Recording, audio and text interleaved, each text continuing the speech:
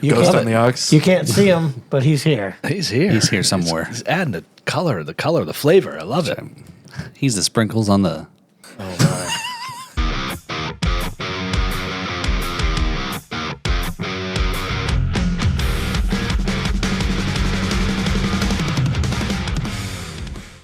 Hey, ladies and gentlemen, welcome. I'm Kevin McLoughlin, and this is Paul Robertson, and this is the Riffs and Rhythms Podcast. Wow, that was smooth. Well, I know. It would have been smooth until I interrupted you. Oh, well. Yeah, it's all right. It's all right. Well, it actually wasn't too bad. We'll just leave it alone in post. Yeah. It'll be perfect. You were almost syncopated.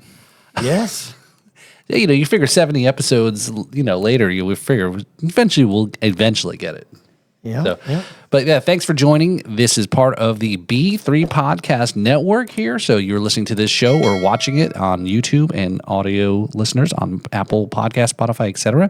Check out our other shows there. Wait, if you're going to name a few, you got to name them all. I will name a few and then name them all. You got to name them all if you're That's going to name right. any of them. So you've got the Riffs and Rhythms show, ours. You've also got Jams and Cocktails with our good friend Brad Brock there on Wednesday night live, and also on the audio on Thursdays. And then you have Drums and Rums whenever I decide to get around to doing more Drums and Rum stuff. But definitely check out B3 Podcast Network on Apple, Spotify, Pandora, wherever you get your audio stuff. Okay, all the important stuff. Here's a bit of presidential trivia. Not long ago we got a new one. Yes, that's right. And they weren't covering this in the live broadcast, but Trump's very first executive order was pepperoni and extra cheese.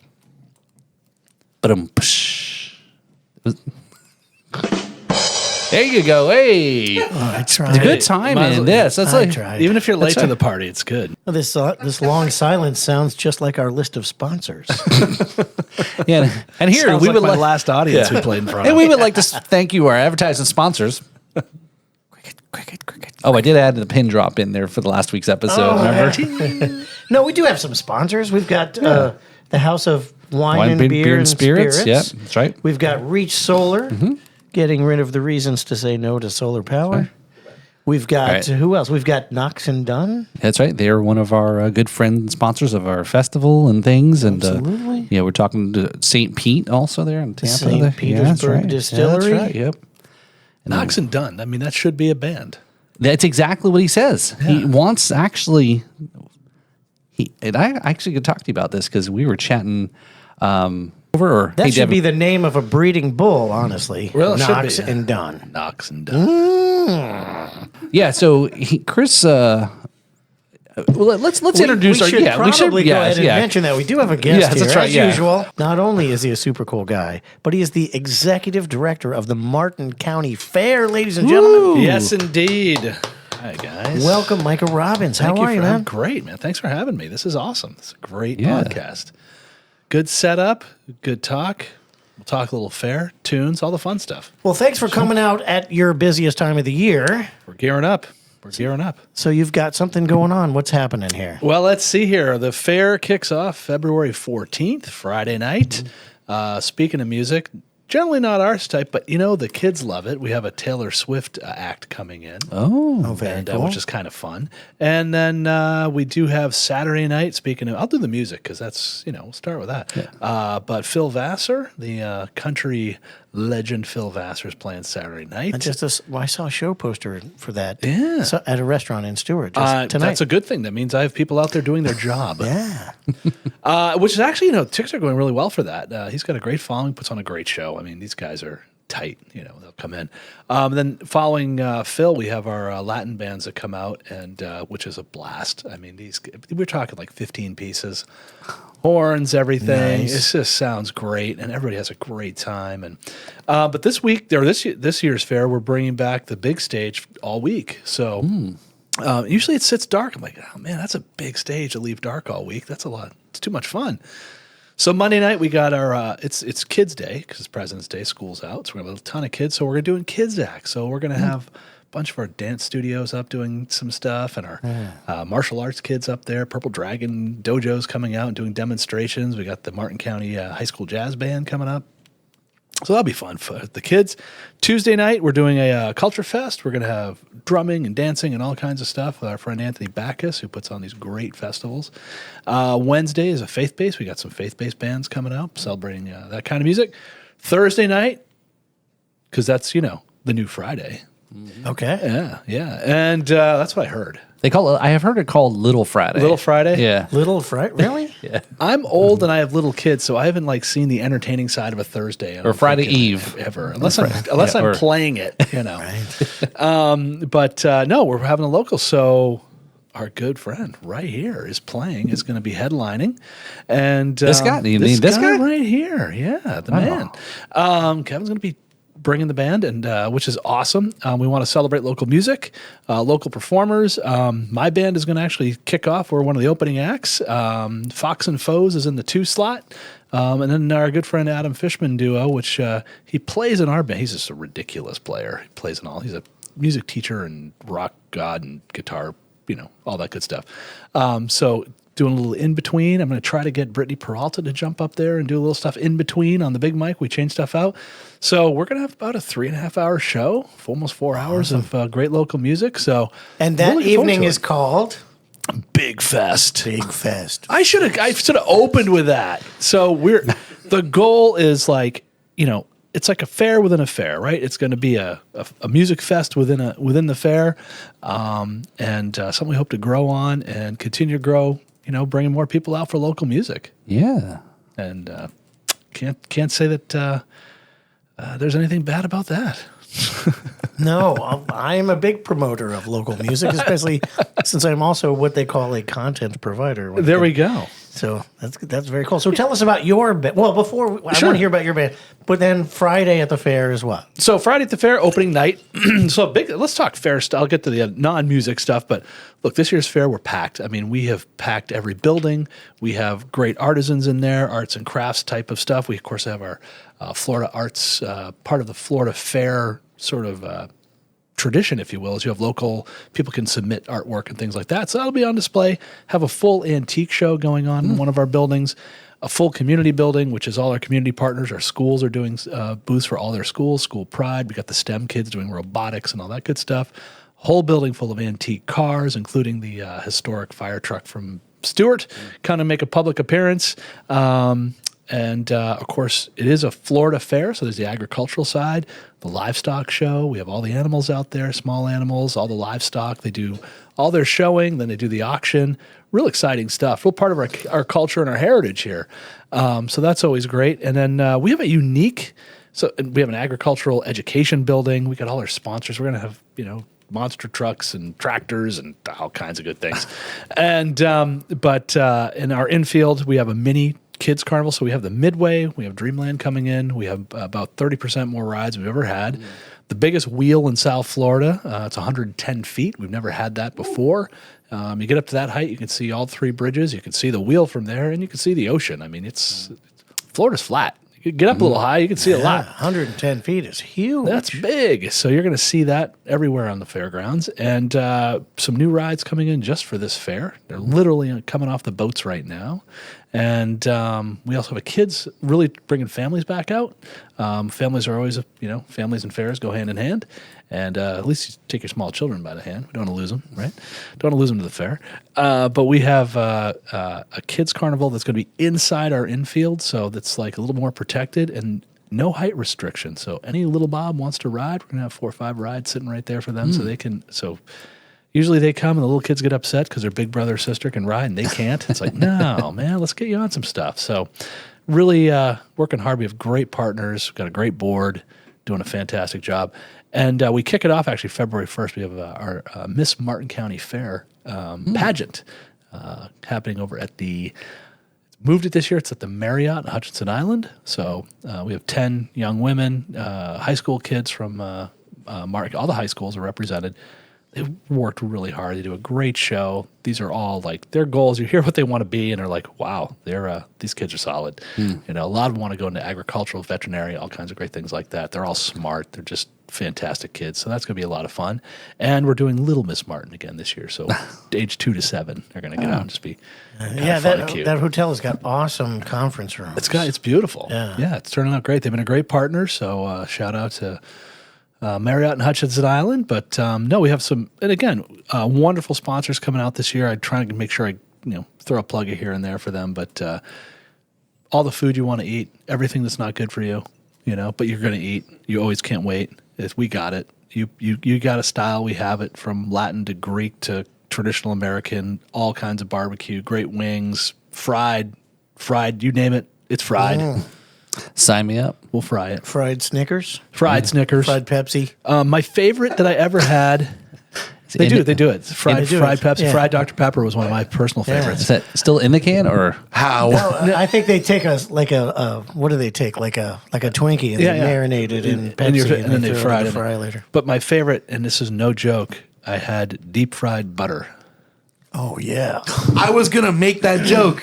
Oh my gosh, you actually had it? It's a real sponsored by thing. the American Pacemakers Manufacturing Association. Free paddling. But so you know who it's for real. That's a real thing. Fried butter. So you know who's going now, right? Devin, right? The ghost. I don't know about fried butter, but Come on. I definitely want to try some fried Pepsi. You want to dip your toe. You go Fried toes. You go fried Pop-Tart. I feel like I'm gonna lose a toe if I'm eating all this fried stuff. Look, man, you throw your toe in there, someone's going to eat it. I'm telling you what. That's the fair. Fairs are Fried great. Oreos. I'll try some fried Pepsi. Gotta have that. It's right in the center of the food court. They have the insulin truck. Insulin. You get insulin, free CPR. Yeah. It's fantastic. We got, look, our friends at Martin County Fire Rescue are there. They got the paddles. Sweet. We got our own doctor on staff. We'll get you going again. Don't worry about it. And don't forget to visit the Ozempic tent. Yeah. We're Yeah, just but shooting out it's like we went like the Ozempic cannon now. We just blast them as they come by. Yeah, it's really kind of fun. That's part of the allure of the fair is the awesome fried food. It is. It is. We have, and look, our food vendors been doing this a long time. Some new ones. One thing we did add this year, make sure, this sounds crazy, but a really good popcorn guy. Like goods, like the sweet, salty, what's that called? The carnival corn. Kettle corn. And because when you walk into a fair, man, what do you want to smell? You want to smell popcorn. Popcorn It makes gets you hungry. fired up. So addictive. Yeah. And we've changed up the whole way you come into the fair. So you're not seeing stuff. You're seeing like ice cream and popcorn and cool things. And that's like big wheel and stuff like that. Get you in the spirit of the thing, Feel excited? Yeah. So, it's going to be awesome. Again, Very cool. 14th through the 22nd. Cheap to get in. I mean, it's $10. Oh, wow. What else can you do? And like get music and cool So stuff for $10. Is there entertainment on the second weekend? Because we got as far as Thursday. Oh, yeah. No. So the second weekend, Friday night, is Pirates. It's the Kenny Chesney tribute band, which is funny because I don't know how many Kenny's years not ago. dead, is he? No. Okay, No. But Kenny actually played the Martin County Fair early in his career on his way up. I know. I was there. Yeah. So it's like, we can't afford Kenny now, but now we get he's big enough that he has his own tribute band. I like That's it. how you know you've arrived. Pirate flag. And then Saturday night is the Latin nights are so popular and so packed that we book in both Saturday nights and it's crazy. It's so much fun. So we're gonna have that stage filled the whole week. So is it a problem if you forget your shoes at the Kenny Chesney Tribute Act? I probably yeah. I hope not. Because he's got that song, No He's got Shoes. that song, No Shoes. It's encouraged. It's actually encouraged. Actually, I'm going to find some new footwear. I'm like, it's like a little trade-in. All right, those look a little better than mine. That's a nice set There of you boots. go. Yeah, Some Kenny slippers. some Kenny slippers. Kenny slippers is flip-flop town. But yeah, so we have we have our beer garden that's right next to the stage, which is great. So serving up all the good stuff. We don't do the hard stuff except because we have a certain license for the fair. But we're actually adding another beer tent this year, so we have a big triangle. You walk in, like I said, you want to have some popcorn and all that good stuff. We also added a beer tent to the front. Come in, you could start there and then work your way. It's like a triangle, all the way down to the beer garden and all the way to the back of the midway where you get the third one. You work your way back. There you go. It's great. I can tell you, as the parent of two, right when you get through the ticket gate, that's when you suddenly feel like you should be drinking a beer. Exactly. We listen to our constituents, but and all the other good stuff. We have people selling cool stuff. We have a great sponsor, Matt Hatcher out of Stewart, just over the bridge. Amazing, Cody and his crew over there. It's an axe throwing pub. And An axe throwing pub? Yeah, Why do know. I not know about this? Well, what's funny? It's like we're like, Cody, how can we help promote you? You're an awesome guy. He's a veteran. He's a good dude. Oh, that's Yeah. right. So- Okay, I didn't realize that was what their name is. We almost worked with the Mad Hatcher. Oh, cool. Well, he's a awesome dude, and so he's going to be over, and he's bringing his best calling card ever. He built a mobile throwing unit. Right. Tracy was reminding me when we did the Riffs and Rhythms Festival, it was the Mad Hatcher that was scheduled to perform, but they weren't able to finish the trailer in time. Okay. Well, you'll see it coming. So we got out. another very high quality axe throwing company Cool. who did a great job. Cool. But we're excited to have him there, and our friends at Everglades, John Deere, they're bringing all kinds of fun stuff and cool stuff. And what do kids like? They want to see trucks and tractors and things like that. So Sterling GMC and Treasure Coast Toyota and Broward Motorsports and all the cool things. Right on. We got Boat Lift Company. PF Boat Lifts is going to be Very there. cool. We're going to put some jet skis on boat lifts and play around.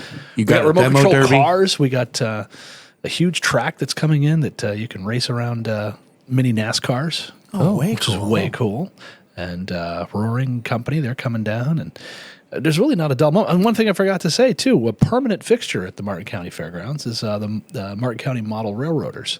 And I was that kid. I had model railroads. I love that stuff. And you go in there, you're like blown away. These guys, they're not the youngest guys. I'll say that. But the passion they have for it and what they build and what they want to teach, like, they love to sit there and talk to folks and talk to kids about it. And kids love seeing all this stuff go around. So When it's all set up. Yeah. yeah, and they're beautiful layouts, and it's huge. I mean, I'm finding rooms I work there. It's like, oh, I didn't even know this existed. So this is cool. whereabouts is the model railroad? If you're coming in, it's a whole building. It's I don't even know if we name it now. It's like the Model Railroad building. It's literally the full size of one of our exhibition buildings. So It's on the north. It's on the end of the barn. So the animals, and then it's the Model Railroad. Okay. Yeah, they just had a big show this weekend. So let's back up a little bit though. Yeah. Is besides where that particular building is, where exactly is Oh. the Mountain Candy? For those that don't know or Come don't on live, down. We're right on Dixie Highway across from the Martin County Stewart Airport. And the Martin County Fairgrounds been there this is our 66th annual. Oh, Yeah, so it's been going on a long time. And I almost forgot one of my favorite sponsors, our friends at Ace of Carts. They've I know those guys. That's a great company. They are great. They sponsor tons of stuff. Great family that runs it. Rocky and his whole family. And I went to my first golf cart auction this weekend they had going on. I'm like, I didn't know this was a thing. He's like, oh yeah, so it's come on out, do it here. They had a great time. Man, that's a business. Golf carts. The world in Florida does not turn It does not turn without golf without a carts. decent golf cart. Yeah. I can't tell you how badly I want a golf cart. All right, I'm going to hook you up. You're going There to you see go. our men go to Ace of Carts. They'll take care of you. Oh my god, I need one. Yeah. There was cool things. You saw everything like from the new giant crazy new to the ones like I saw. I'm like, that's my cart, like from the 80s. It's like I know that cart. And Like the 3-wheel Easy Go. oh man, like the stripes on it. It's kind of a weird like I don't know. It looks when you look at it, you're like 80s. Oh, wow. Okay. Cushman is that's all I know. Oh, Cushman, yeah. That's- the kind that didn't have a steering wheel, had a lever. You just move the front wheel back Oh and my forth. God. Harley Davidson used to make them.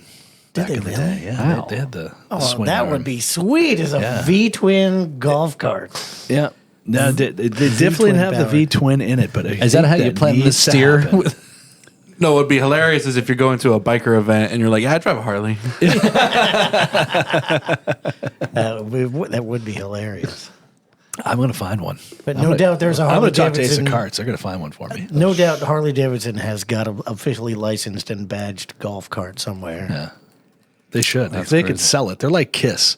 If you can brand just it, throw it, yeah. slap you it can on do there. it. Harley's, you name it. He put anything on Harley and it looks, put Harley on anything and it looks way better. I have a beautiful Harley Davidson jacket that's as much of a Harley as I can own right now. Yeah.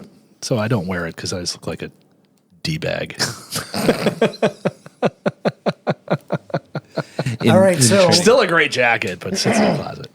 you are one of the entertainers at Big Fest. Well, yeah. So we're the first band, Al Johnson, the Usual Suspects. And Al Johnson, who is the reason why we're called that, Al Johnson, who, first of all, is just an amazing guy. Been a pleasure to work with him and know him these last few years. He's our assistant state's attorney for Palm Beach County. And he's done some amazing work back in the day when you heard all the horror stories about rehabs and all this stuff. It was his team that kind of cleaned it up. The sheriff in town, him and his state attorney, Dave Ehrenberg. And I did a lot of space working in that. And So we hit it off, and we were in Tallahassee up at legislative session a year ago. Yeah, about a year ago. And we're just shooting the breeze and talking music. And the same way I got into my last band, he's like, you know a lot about music. He's like, you play? I'm like, well, my last band, we stopped playing, the usual band story. I, got married and kids, and the lead singer went off, and he got married, kids, the drummer moved back to Chicago, the usual thing.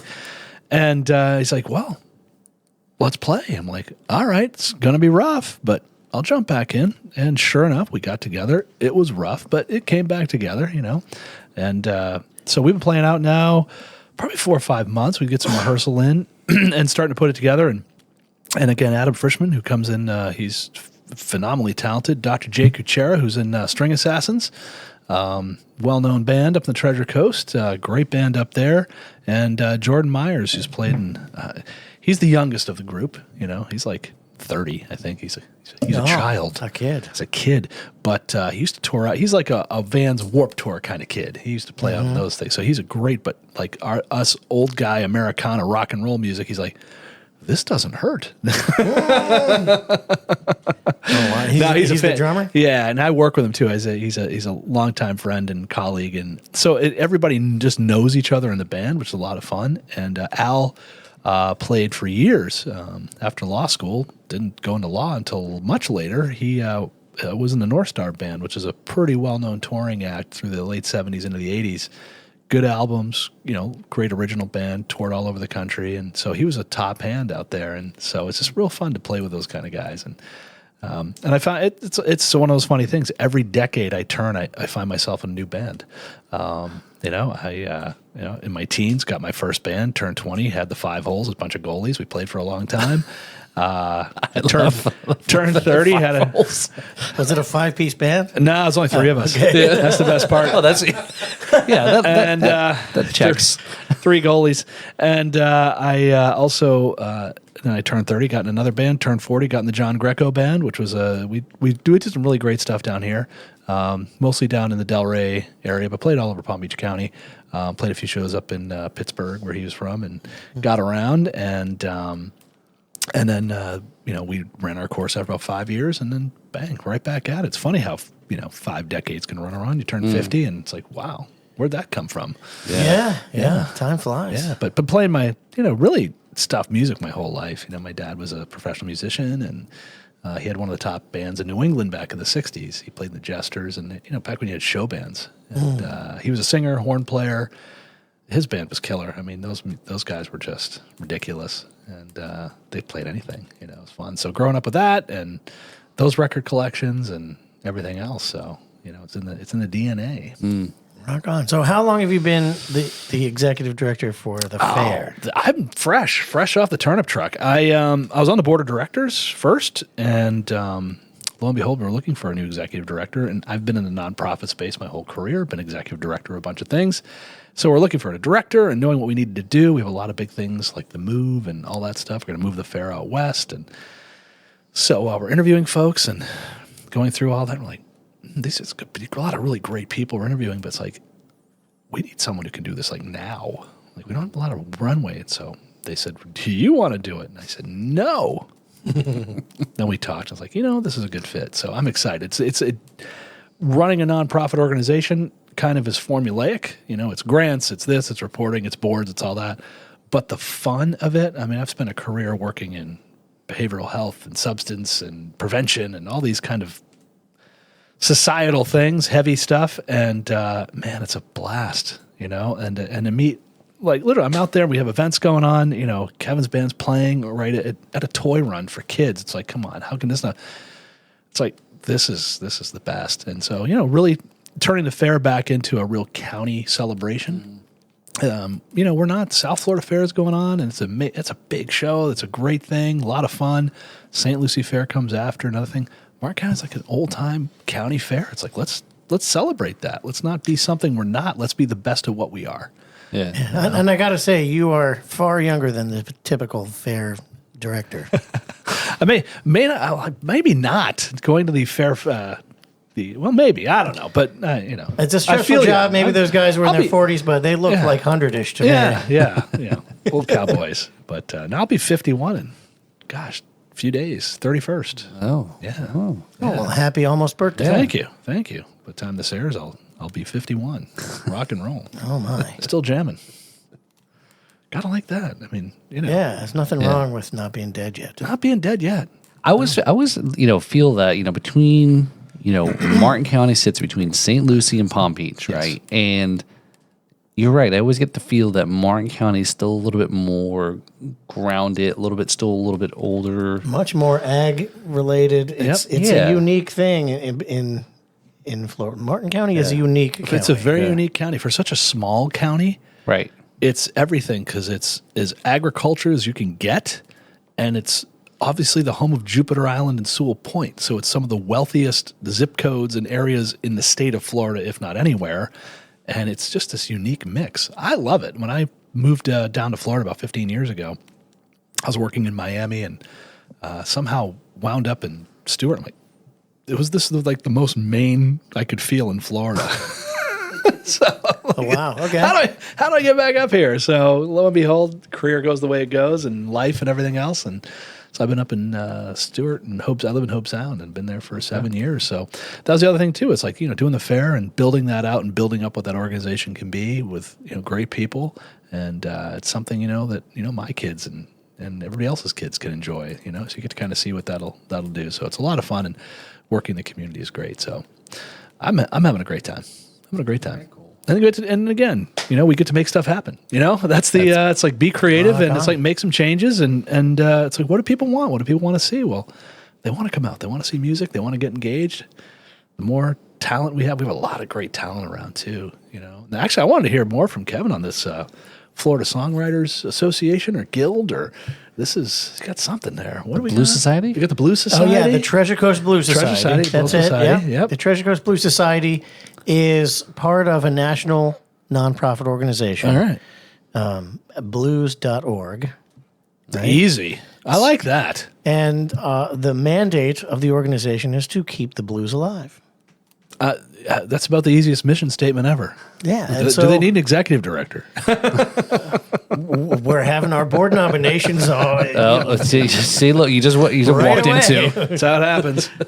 So yeah, we're an organization that is dedicated to helping the blues not only survive but thrive. Awesome. And early in January, the representative for the Treasure Coast Blues Society that we sent to the International Blues Challenge, the Jake Walden Band, they made it to the semifinals. Very cool. And the International Blues Challenge is like the international playoffs for the best unsigned blues bands in the world. Very cool. Yeah, so it's really cool to be chosen to be part of that and to go and basically it's like the South by Southwest of the blues world. And once a year we descend upon Memphis, Tennessee, and if you go there, you are literally there's like six to eight venues on Beale Street that are all full all day, all night of the best blues bands on the planet that are unsigned. That's the crazy thing is that you hear these bands that are unsigned, you're like, you're unsigned. Yeah, right. Yeah, well, a record label is now no longer a necessity. No, not at all. And in some cases, it's a hindrance. I wanted to talk about that tonight too. The changes, and we've all been at this for a long time. And early on, you're cutting your cassette and your 4-track and making sure you're handing out tapes and this and that and everything else, and just the way it's kind of a catch-22, right? It's like the ramp up to get discovered or whatever is so short now. If you can do it online, you can do it. You build a following, build that, hit the right chord at the right time with it, you go viral.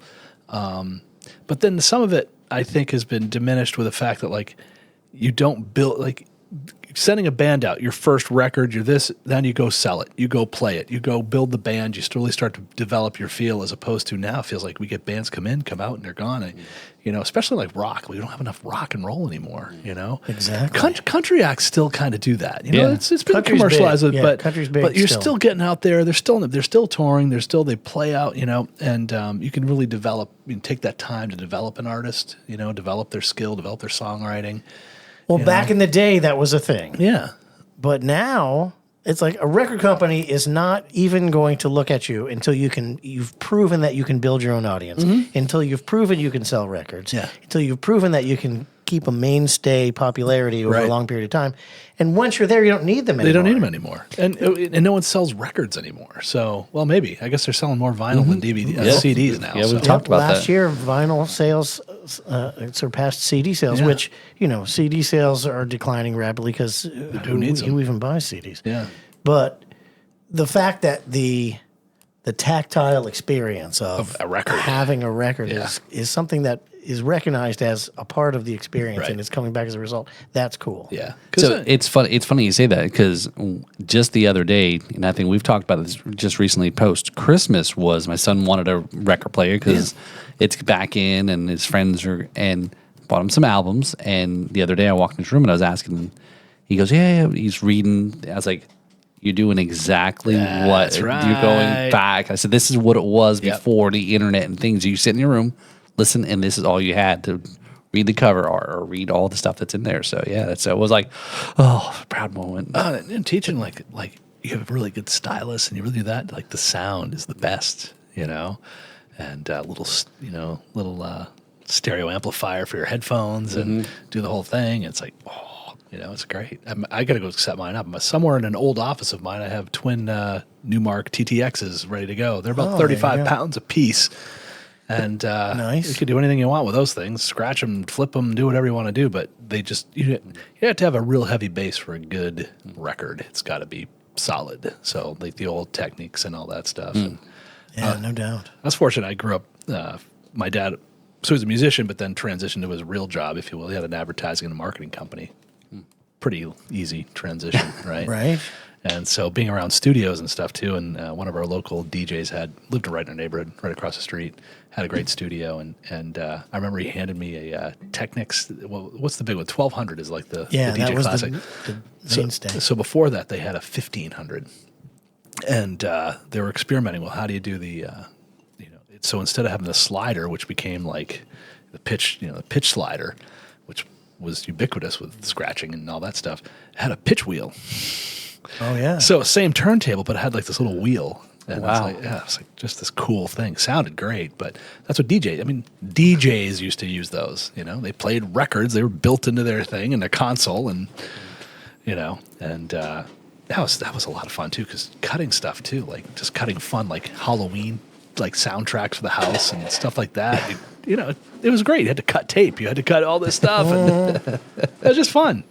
It's an art lost, right? Is it Well, art I don't know if lost? it's I think it's lost. back, Is you it know? back? It's not Yeah. lost. No, Not well, lost. you still do tape cutting, but it's virtual. Okay. It's more like using Word than audio tape. But Well, it's like I did the EP. We have the Borderline EP for John Greco band, and I'm like, man, I must be tight. I'm grabbing this on one take. He's like, Then we go back in the studio Pro Tools, like, well, no, we just do this. Beep, beep, beep, beep, beep, and now you're one take. Where I was a little out of time, not anymore. yeah, Little flat, nope. no, there's nothing wrong with taking advantage of the advantages of technology. Absolutely. I had a chance to doctor up a couple of flub notes on my live album, and it saved me It's so thousands great. of dollars. It's amazing, and that's where it's like, I'm not sitting there being the old guy, halcyonic, back and it's like, no, this is so cool that there's a lot of talent that would never have been heard can get out there. But it's like anything. There's good talent, and then there's stuff. Right. You still got to have it. But right. with that being said, anybody that's willing to put their art out there, write it, perform it, whatever, it's going to get respect.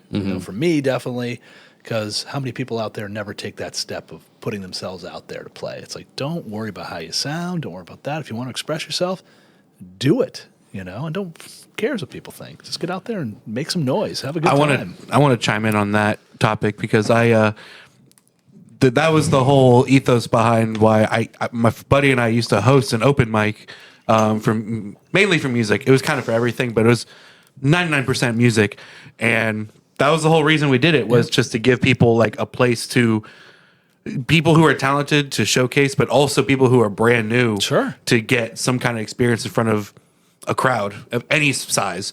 And then also I can attest to Thursday is the new Friday. We used to host these on Thursdays, and it was busy. It's busy, yeah. People just gave up on Friday. Thursday night's popping. I don't know what it is, but Yeah. By the way, this is Devin, our ghost on the podcast. The G. Ghost on the Ox. You can't see him, but he's here. He's here. He's here somewhere. He's adding the color, the flavor. I love it. He's the sprinkles on the meatloaf. Oh my.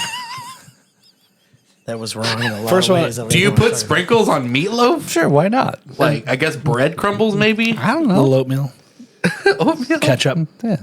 Looking at my mom's meatloaf, because everybody whose meatloaf is the best. It's either your mom, My or your grandma. Exactly. Yeah. You know, and I bet it's amazing. And my mom's is the best, and your grandma's the best, and that's the best part about meatloaf.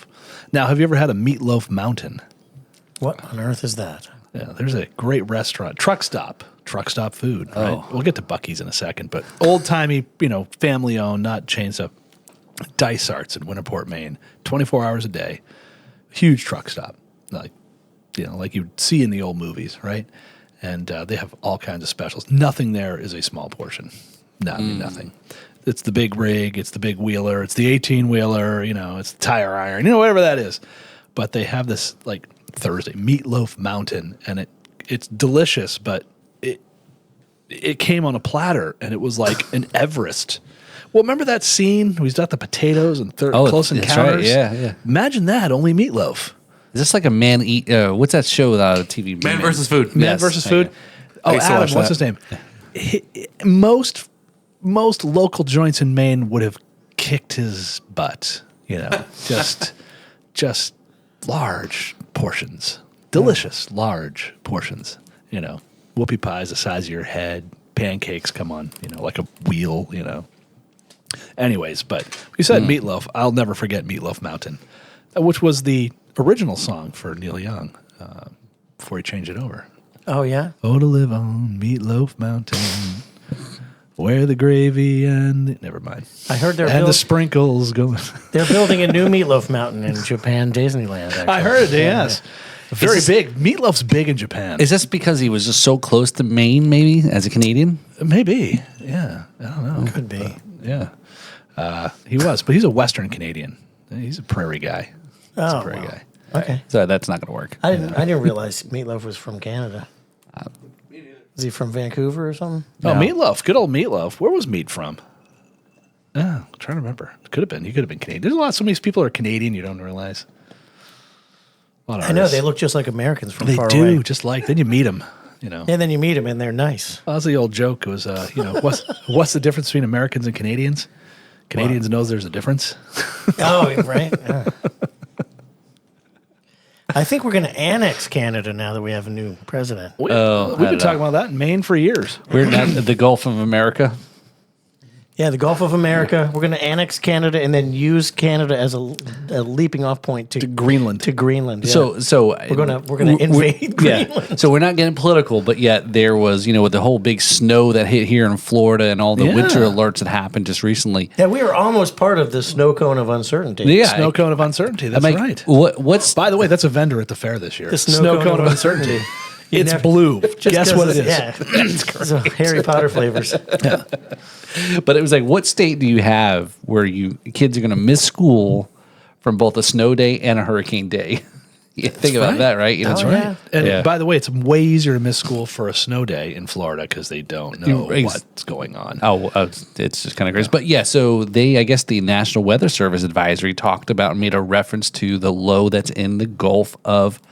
It actually said America. They did. They actually did change it in the bulletin. Yeah, the Wow. weather service bulletin. That's powerful. I You just, mean, I'm gonna that's do big. it. And it's already done. It's already done. It's already yeah. By the way, Tracy just informed me that according to what site was that? Was that Google? According to some site, that Meatloaf was actually born in Dallas, Texas.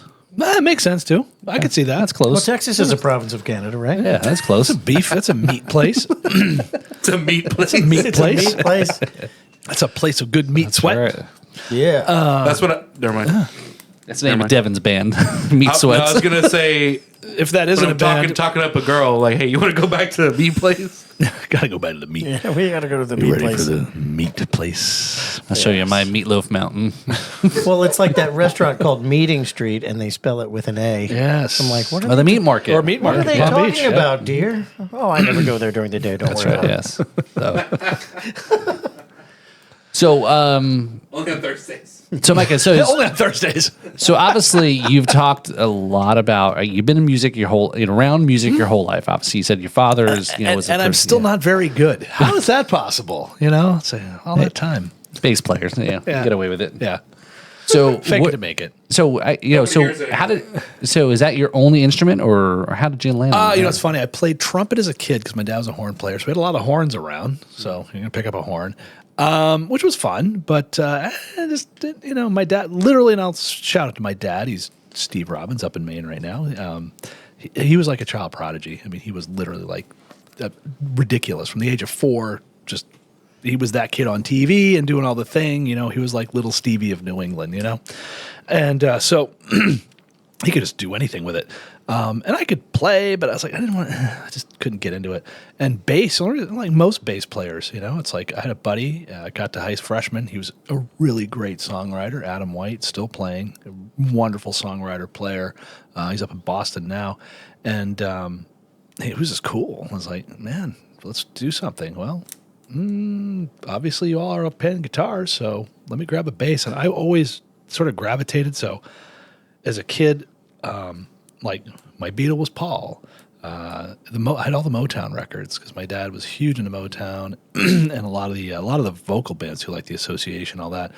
So you had all those great Capitol records with Carol Kay playing bass, and of course James Jamerson playing all the bass on those Motown. So I just felt it, and then getting into, you know, as you start hitting the Holy Trinity, it's like, okay, I'm getting into Led Zeppelin, I'm getting all that stuff, and these bass lines, it always just came at me. So I kind of gravitated towards it. You know, everybody wants to be a guitar player, you know, because you want to be cool and all that stuff. But then, you know, I just jumped on bass and just fell for it. So I have guitars around. You know, I could pick my way around. My only musical regret, and I'm working on my kids on this, is that I wish I'd grown up playing piano. You know, I think a lot of musicians, because just piano grounds everything. And I don't know, every time I have a band, as soon as we can find a good keyboard player, it's like, ooh. Yeah. I mean, at some point you can't afford to do it, but you have to be it as a fun project. But to have like a full cranking keyboard player, a couple horns, you know, that kind of thing, it just, you know, especially doing like a rhythm and blues act or a blues act, it just, yeah. you know. Some horns blasting away in the background. And blues, and again, blues is kind of sort of being anchoring a lot of it too. You know, growing up listening to a lot of that, and then seeing a lot of good bands. You know, I mean, I've seen Buddy Guy, I've seen B.B. King a bunch of times. I've seen some of these great blues acts, and there's just something about it that puts you in the palm of your hand, and you're in the palm of their hand, and you just go for that journey. It's just special music. So Very cool. I'm thinking Blues Festival right at the fairgrounds. Oh, I'm in. I forget this Treasure Coast Blues Association. Treasure Coast We did Blues Society. Treasure Coast Blues Society. We did Treasure Coast Blues Festival. We sure do. So how does that? So there's another blues thing also in Vero, right?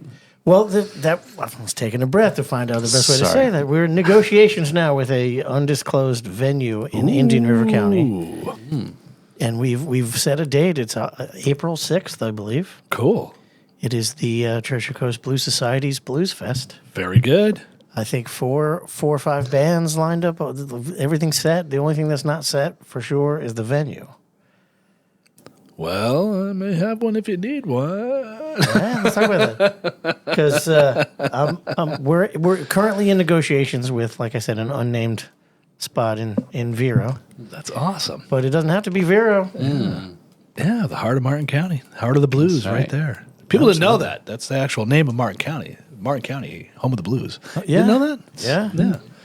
Long that's- blues this is blues history. The crossroads that Robert Johnson went to was actually yeah. It was actually Dixie the Highway and No, Salerno Road. It was at the circle. It was Selfish Circle. Oh, there you go. He Confusion crossed corner. a lot of road. Confusion Yeah, corner. it's Confusion He's like- Corner, yeah. It's like, what should I do? I'm all confused. Yeah. Yeah. I'm at this. Confusion Corner sounds like it could be an album name, a blues album. It probably is. yeah. somewhere. I think it was a Bella Fleck album at some point. Yeah. Yeah, it Probably. would make sense. Yeah. So what was like? Yeah. Like, give me a little. I mean, you know, you're a drummer and you've been playing guitar for a long time. What was like kind of your influence in those kinds of things? Well, what I started out playing as a result of the fact that my friends and I had a Kiss tribute band. That's awesome. Except we didn't actually play. We played. We cut out. We traced real guitars on plywood and cut them out, and we played plywood guitars to the record.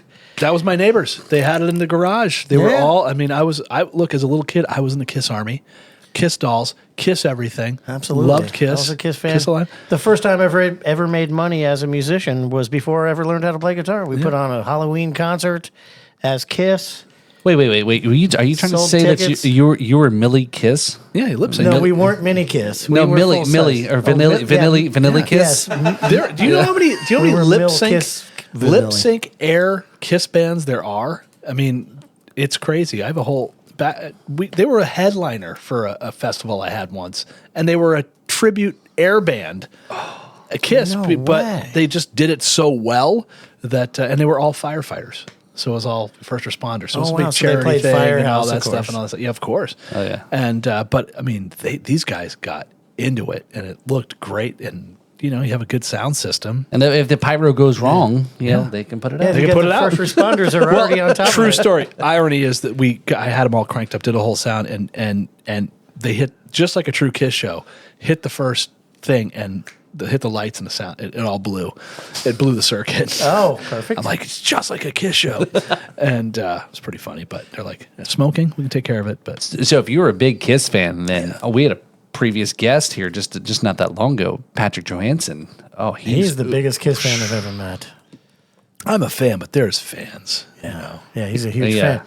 So it was the Kiss that got me started, and then I learned how to play guitar for real, and I had lucky enough to have a lot of great teachers. That's half the battle. And one of my teachers turned me on to like what we called at the time the British blues guitar invasion, which was Eric Clapton, Jeff Beck, anybody who played with John Mayall, Jimmy Page. Yep.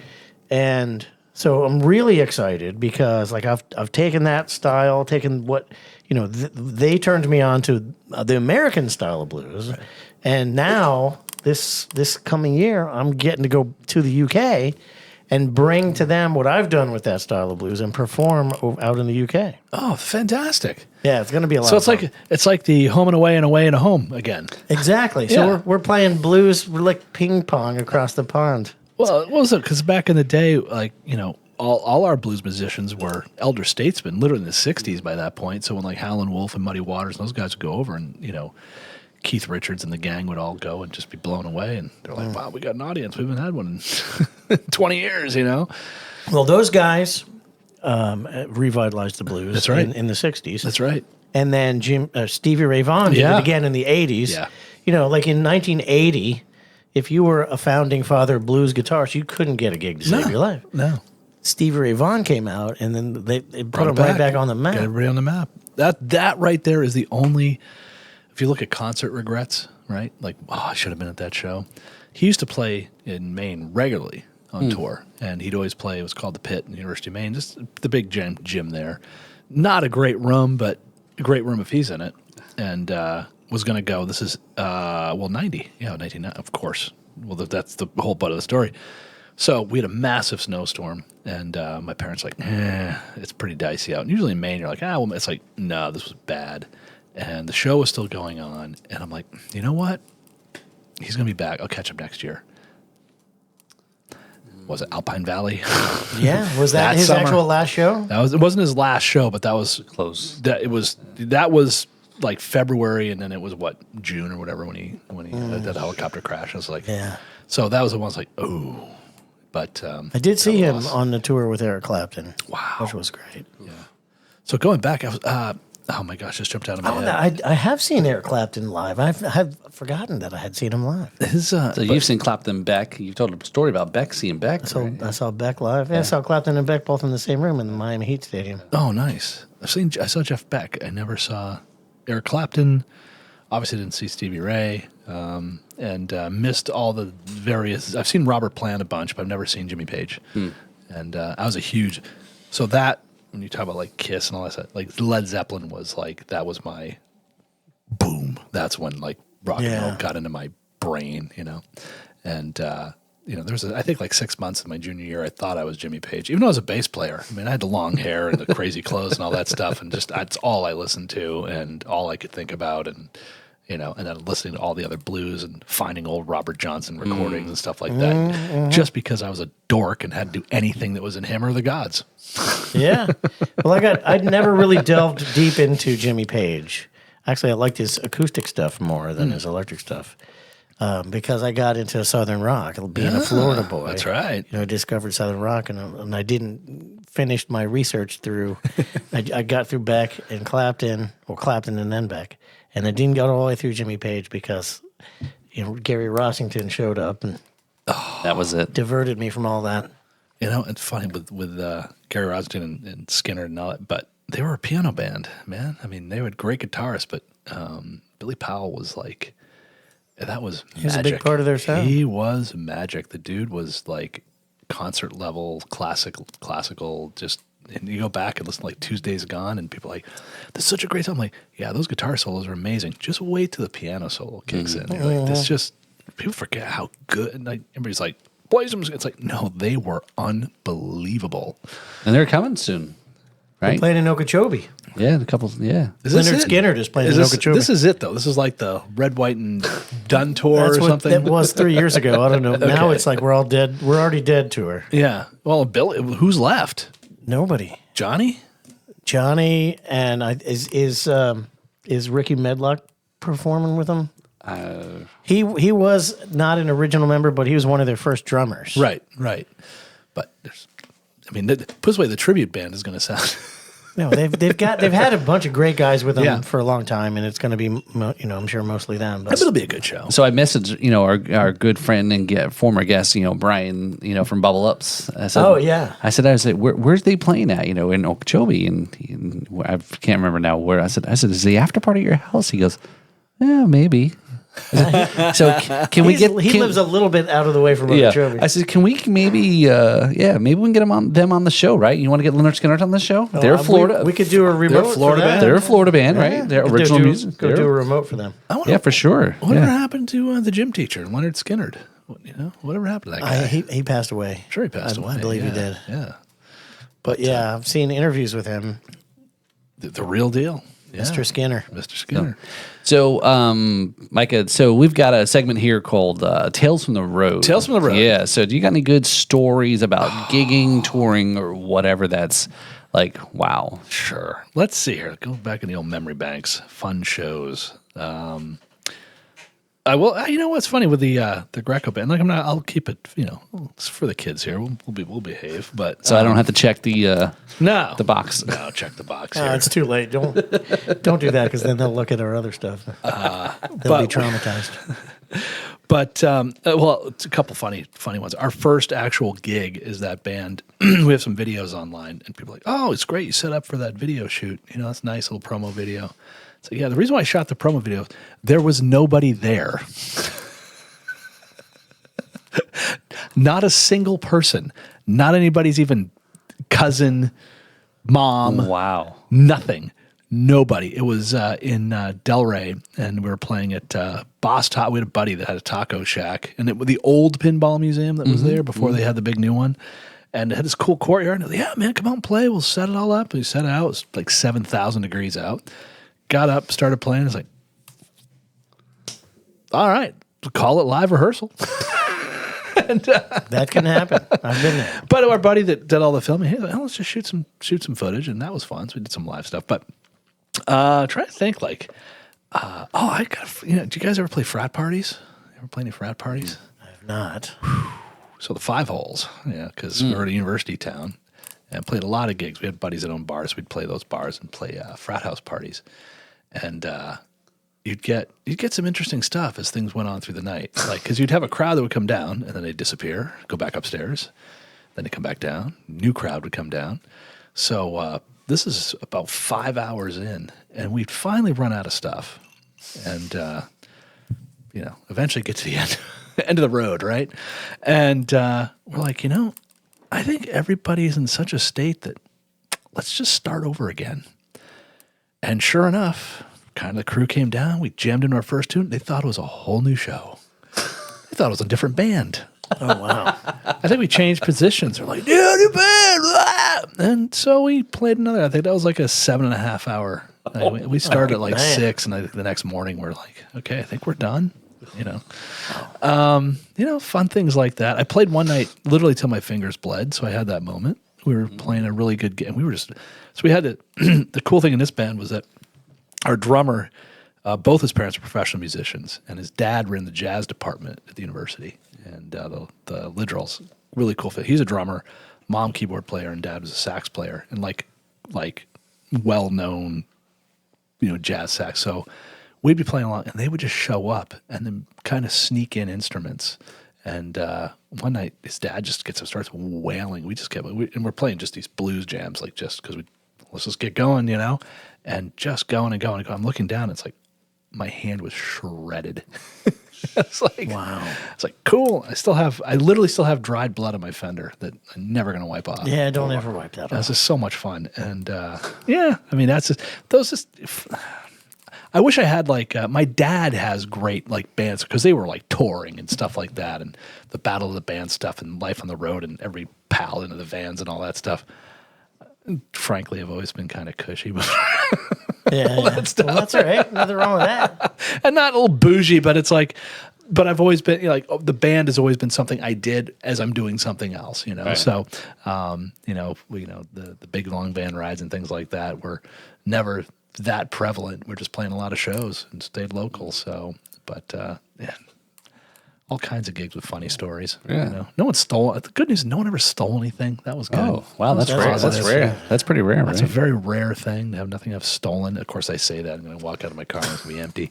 But just Don't worry, it might get towed. It might get towed. But at least it won't go far. Yeah, it won't go far. yeah, exactly. We'll know where it is. It'll still be here. But that's a funny Canada thing. You go to Montreal, they tow your car because if you keep it out and there's snow, they tow you. And you're like, oh man, where's the tow yard? That's going to cost me.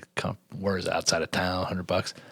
It's like this French just giggled in the corner, like, oh, we show them. It's like it's around the corner with a ticket on it. They tow your car around, like you're standing here. There's your car. They Why just did they do moved that? Just because they had to plow right there, and they're just Oh, okay. It's like that's all. It's like That's you right. put all that effort to get a tow truck to move it 80 feet. That's Some people like their jobs, man. Just messing with people. That's right. That's Quebec humor. Yeah. So do you have somebody? We've got somebody you want to recognize, in the music, whether local scene, a shout out or somebody who's kind of helped you out in the area or in general, maybe a music teacher in the past. It's part of our House of Wine, Beer and Spirits MVP of the week. MVP. I want to throw a shout out to Al Johnson, who'd be a great guest for you sometime too. And just because he's just such a good guy, what he does for the community, and just to kind of for him to kind of say, hey, what was I doing at that time, right? And to say, let's do this, let's play.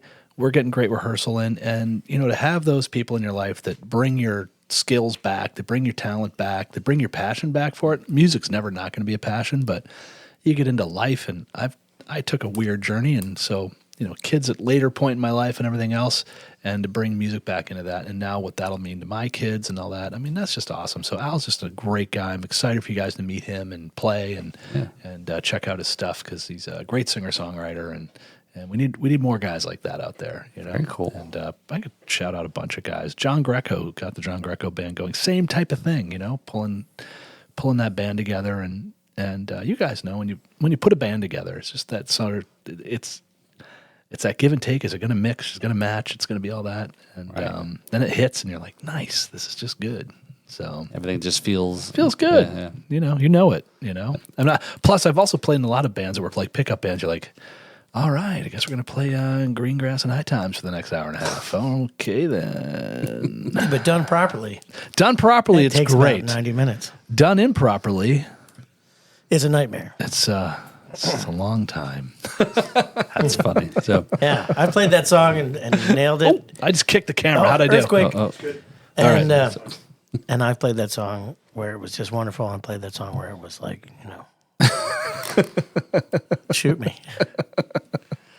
So yeah, so definitely very cool. So I know we could talk for hours and hours and hours, but are you available to come back next week? Yes. Okay, I love this. Yeah, Let's do it. We still have Anytime. more stuff, or we want to Yeah. have you talk about. Okay. I could talk about anything you want to talk about. Press You guys you are for fabulous. it. So there's been a lot of confusion about when is the fair going to be moving, or is it going to be here? When is it going to be there? So can we talk next week about what's going on with the new fairgrounds? Well, next week, stay tuned. It's what's happening with the fair. Oh, I like he's hired for our over voiceovers. We'll put on radio voice. There you go. Yes. Stay tuned for the Ghost in the Machine. Right on. Yeah, so great. We'll see you next do it. week. Come Yep. on back, same place, and we'll have a good time. Yep.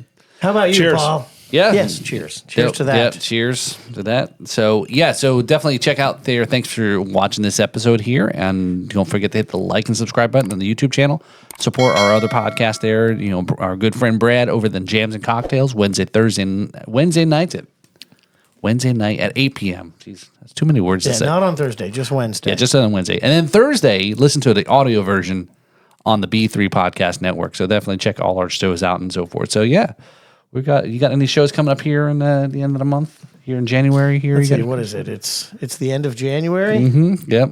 Well, I've got I've got Big Fest at the Martin County Fair. That's right. All right. So to come on, check out. down. Come check out Ken McLoughlin Band and his Blue Ribbon Pig in the judging contest. That's right. We're gonna have a contest to see who can put the right color lipstick on the pig. As long as it's greased. There you go. So thanks for tuning in. Oh, hold on. New episodes of Ghost on the Ox coming soon too. All right, there you go. So Thank check you out- guys for yes. the crossover on the holiday episode because it got me a lot of views. Good. All right. Nice. Very good. deal. So that was it's very cool. So yeah, so supporting all our shows here. Got a lot going on here, and yeah. So let's wrap this up. So here. let's wrap this Yeah, up. Here's so- to another episode, one that is free of damage and injury. No personal, no disembodiments or dismemberments or deaths. We got to have more fun next We, time. we have a 100% survival rate on this show, and I'm excited. No hosts have been harmed in making this episode. Not even the best restaurants on earth can say that. Well, at least tonight. Right. There we go. Other episodes, maybe. Unless you go to Red Lobster. We'll see you Yeah. next Cheers. week. Cheers.